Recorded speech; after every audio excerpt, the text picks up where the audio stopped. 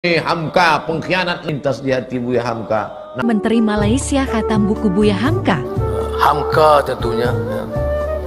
Tasawuf modern, falsafah hidup, itu bukan saya dibaca, dihadamnya.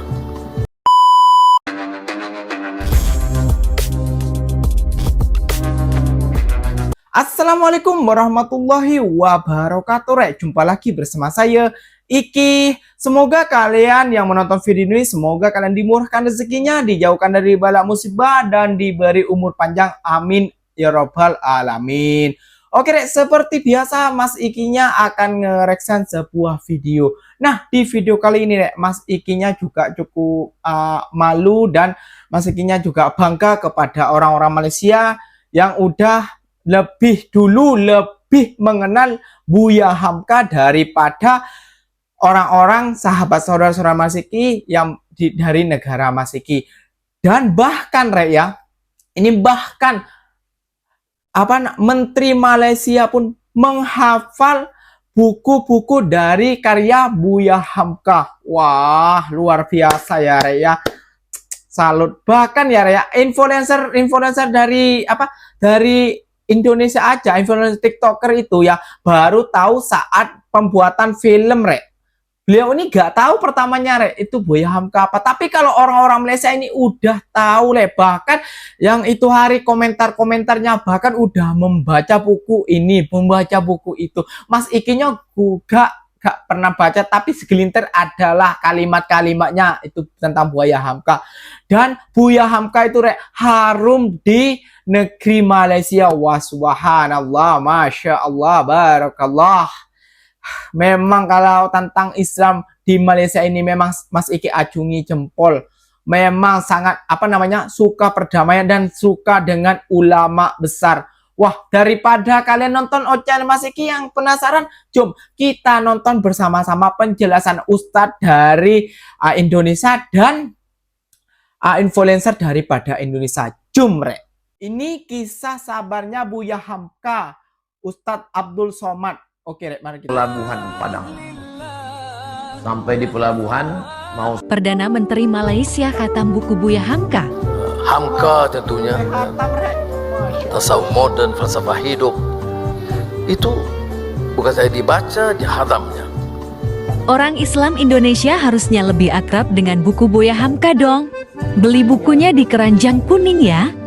Please nggak usah salty, sebelum gue nonton film ini, gue sendiri juga nggak tahu siapa itu Buya Hamka. Tapi setelah gue nonton film ini, wow, gue kayak belajar sejarah tentang sosok seseorang yang berperan penting juga dalam kemerdekaan Indonesia. Silahkan nonton langsung filmnya, karena pada akhirnya semua film terserah masing-masing kok. Kita masuk dulu dari hal-hal yang gue suka dari film ini. Sebagai film pembuka dari trilogi yang memang sudah direncanakan dari awal, menurut gue film ini jadi film pembuka yang cukup baik, dimana kita sangat amat dikasih tahu siapa itu Buya Hamka. Terutama apa peran pentingnya dia dalam era kemerdekaan Indonesia. Di sisi lain yang gue suka juga, film ini bisa nyampein pesan yang penting banget kepada penontonnya tentang semangat berjuang dengan apa yang kita percaya, kegigihan, kebaikan yang benar-benar bisa patut kita contoh banget ya. Di sisi lain gue juga suka banget sama naskah dari dialog-dialog di film ini yang memang 70% itu pakai bahasa daerah, terutama dengan logatnya natural, dan tenang aja bakal ada subtitle-nya kok. Ngomongin soal acting, ini gak usah ditanya lagi, ini actingnya Vino G. Bastian memang bagus banget. Terutama juga soal chemistry antara Vino dan juga Laudya Cynthia Bella sebagai karakter suami istri yang beneran berasa kayak suami istri beneran di dunia nyata. Terus soal kostum dan makeup yang memang sesuai dengan karakternya masing-masing, dengan tata artistik yang memang layaknya film high budget yang dibuat dengan sangat amat niat. Lalu kita masuk ke hal-hal yang gue kurang suka dari film ini. Sebenarnya sinematografinya menurut gue udah cukup bagus ya. Maksud gue memang ini udah jadi ciri khasnya film-filmnya Falcon Pictures, kayak contohnya Miracle in Cell No. 7. Tapi entah kenapa sayangnya film ini ketika adegannya itu lagi outdoor dan juga siang-siang, menurut gue banyak banget tone warna yang terasa kurang konsisten. Kayak contohnya ada spotlight kuning-kuning gitu di ujung frame, lalu tiba-tiba aja pindah ke warna biru atau bluish yang bikin mata agak sedikit kaget. Ya mungkin itu aja pendapat gue soal film ini. Gimana menurut kalian soal filmnya? Gue malu banget karena baru tahu penulis novel Kapal Van der Wijk adalah Buya Hamka. Kenapa kapalnya tuh bisa terlihat vintage dan benar-benar terlihat realistis seperti kapal uap zaman dulu? Ternyata karena set kapal ini memang dibangun selengkap dan sedetail itu. Ini setnya dibuat oleh 20 set builder dan dikerjakan selama 45 hari. Pasti sebelum dibangun research dan meeting tentang pembuatan kapal ini juga nggak main-main. Setnya juga dikelilingi sama green screen kayak gini dan diedit jadi pemandangan yang indah di film. Rumah produksi yang bikin film Buya Hamka bener-bener totalitas banget sih. Kalau budget make up film ini aja udah 3M, kira-kira budget buat set kapal kayak gini berapa ya?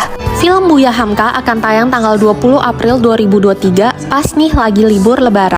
Gitu loh Rek, penjelasan dari Ustadz maupun dari TikToker yang berasal dari Indonesia. Dan yang paling mengejutkan ya Perdana Menteri Malaysia sampai menghafalnya. Masya Allah, semoga Perdana Menteri Malaysia semoga diberi panjang umur panjang ya Allah, dan dimurahkan rezekinya dan dijauhkan dari bala musibah. Amin ya rabbal alamin. Yang bisa Mas Iki lakukan hanya mendoa dan mendoakan.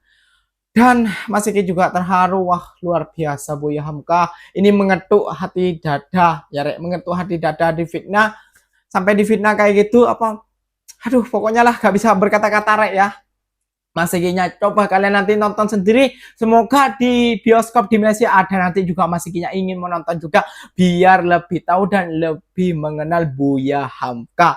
Oke deh, mungkin videonya sampai di sini saja, dan terima kasih banyak buat kalian yang udah setia menonton channel ini sejauh ini. Semoga kalian dimurahkan rezekinya dan dijauhkan dari bala musibah dan diberi umur panjang. Amin ya rabbal alamin. Doa terbaik dari Mas Iki-nya buat kalian semua.